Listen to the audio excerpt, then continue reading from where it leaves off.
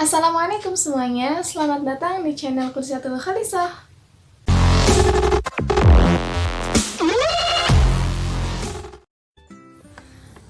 Perkenalkan, nama saya Kursiatul Khalisah dari Tadris Matematika IAIN Syekh Nurjati Cirebon. Di sini saya akan sedikit berbagi ilmu tentang trigonometri. Apa sih trigonometri itu? Mungkin yang pertama kali menulis tentang perbandingan trigonometri dari sebuah segitiga siku-siku pada lingkaran adalah Rheticus, murid Copernicus dalam buku Opus Palatinum De Triangulis pada tahun 1596. Kata trigonometri mula-mula muncul dalam bukunya Pitiscus berjudul Trigonometria yang dipublikasi tahun 1595. Kata trigonometri gabungan dari kata tri atau tiga, gonos atau bidang atau sisi, dan metros atau ukuran atau ilmu. Secara etimologi, trigonometri adalah ilmu tentang segitiga, khususnya segitiga siku-siku. Trigonometri sendiri adalah cabang besar matematika yang mempelajari hubungan sudut dan sisi segitiga, khususnya segitiga siku-siku, dan sifat-sifat dari hubungan itu. Hubungan itu yang dikenal dengan nama fungsi trigonometri. Beberapa cabang trigonometri diantaranya trigonometri bidang datar, trigonometri bola, analisis trigonometri, trigonometri analitik. Trigonometri muncul dalam berbagai cabang ilmu antara lain teori musik, optik, elektronik, statistik, biologi, kimia, meteorologi, komputer grafik, geodesi, arsitektur, bahkan ekonomi. Nah, selanjutnya konsep trigonometri. Dasar dari trigonometri adalah konsep kesebangunan segitiga siku-siku. Sisi-sisi yang bersesuaian pada dua bangun datar yang sebangun memiliki perbandingan yang sama. Pada geometri Euclid, jika masing-masing sudut pada dua segitiga memiliki besar yang sama, maka kedua segitiga itu pasti sebangun. Hal ini adalah dasar untuk perbandingan trigonometri sudut lancip. Konsep ini lalu dikembangkan lagi untuk sudut-sudut non-lancip, atau lebih dari 90 derajat dan kurang dari 0 derajat. Fungsi trigonometri di berbagai kuadran. Titik pada kuadran 1. Alfa lebih besar dari 0 dan lebih kecil dari 90 derajat. Ini. Kemudian titik pada kuadran 2, alfa sudut lebih besar dari 90 derajat dan kurang dari 180 derajat. Kemudian titik pada kuadran 1, maksudnya kuadran 3 ya, yaitu lebih besar dari 180 derajat dan kurang dari 270 derajat, tangan positif yang lain negatif. Titik pada kuadran 4 maksudnya, yaitu sudutnya lebih besar dari 270 derajat dan lebih kecil dari 360 derajat, kosinus positif yang lain negatif. Jadi kuadran 1 itu semuanya positif, kuadran 2 hanya sinus yang positif, kuadran 3 hanya tangen yang positif, dan kuadran 4 hanya kosinus yang positif.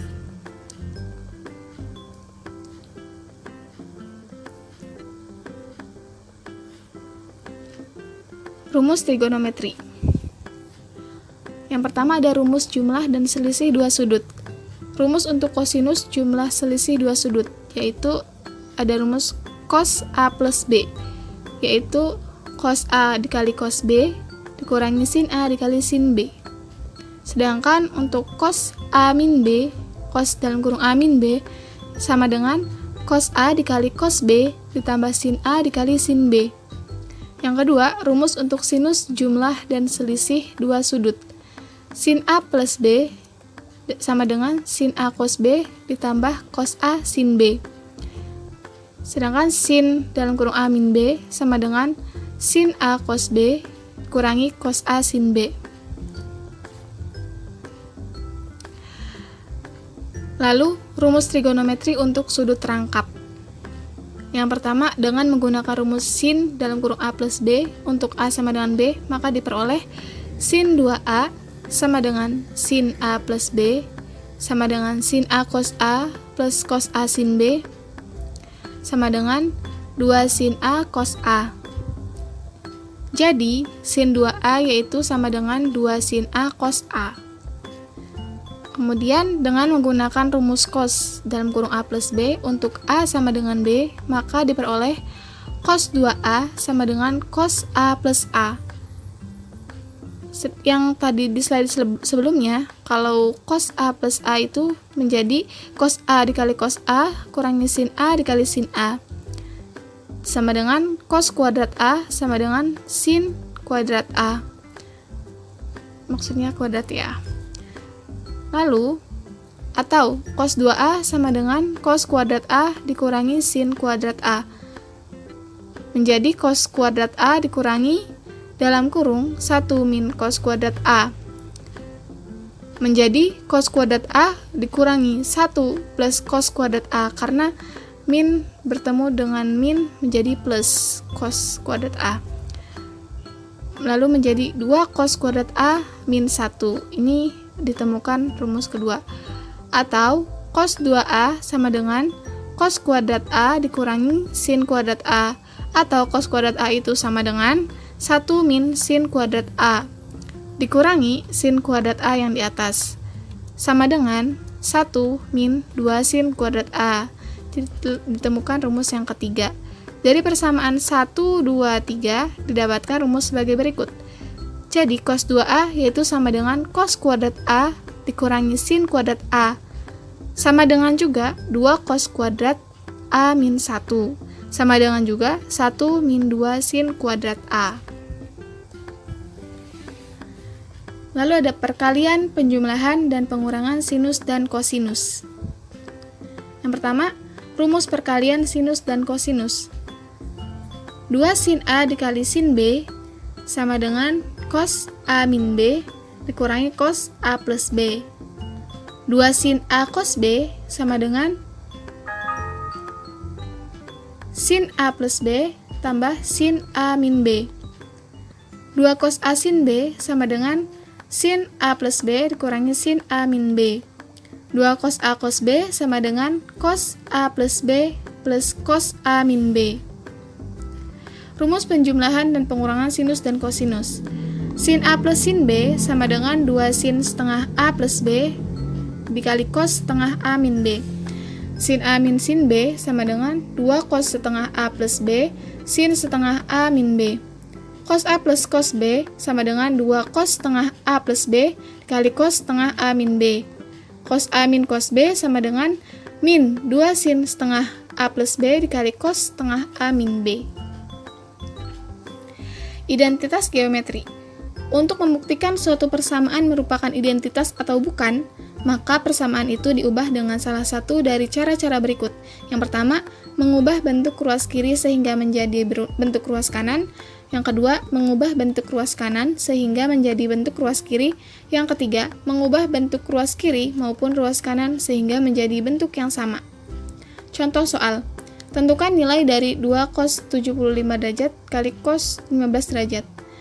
Maka menjawabnya 2 cos 75 derajat cos 15 derajat sama dengan cos sama-sama cos dalam kurung 75 ditambah 15 ditambah cos 75 dikurangi 15 sama dengan cos 90 ditambah cos 60 sama dengan 0 ditambah setengah menjadi setengah.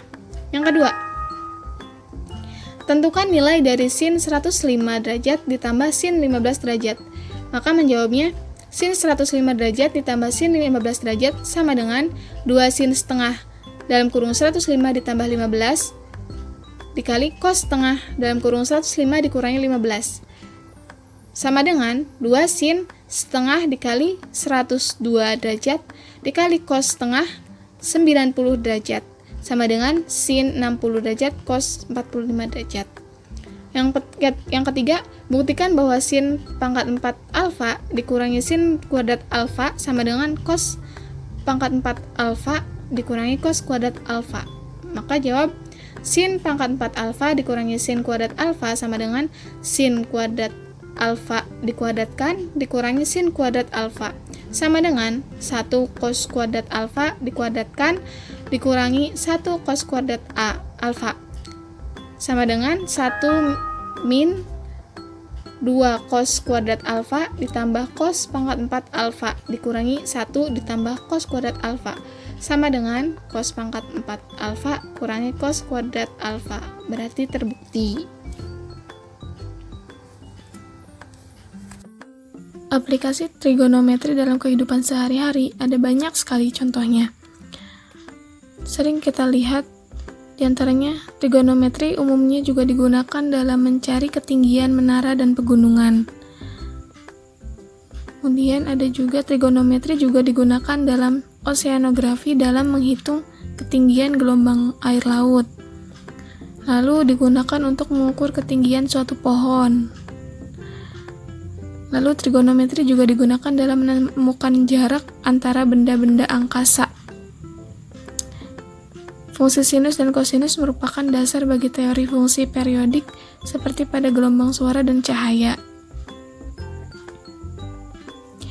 Dan ada juga pada aplikasi-aplikasi yang lain seperti aplikasi trigonometrik pada ilmu astronomi, aplikasi trigonometri pada perkembangan ilmu teknik sipil, aplikasi trigonometri pada geografi dan navigasi, dan aplikasi matematika pada teknik kimia. Jadi, trigonometri itu sangat banyak sekali kegunaannya dalam kehidupan sehari-hari jika kita amati. Terima kasih atas perhatiannya, kurang lebihnya mohon maaf. Wassalamualaikum warahmatullahi wabarakatuh.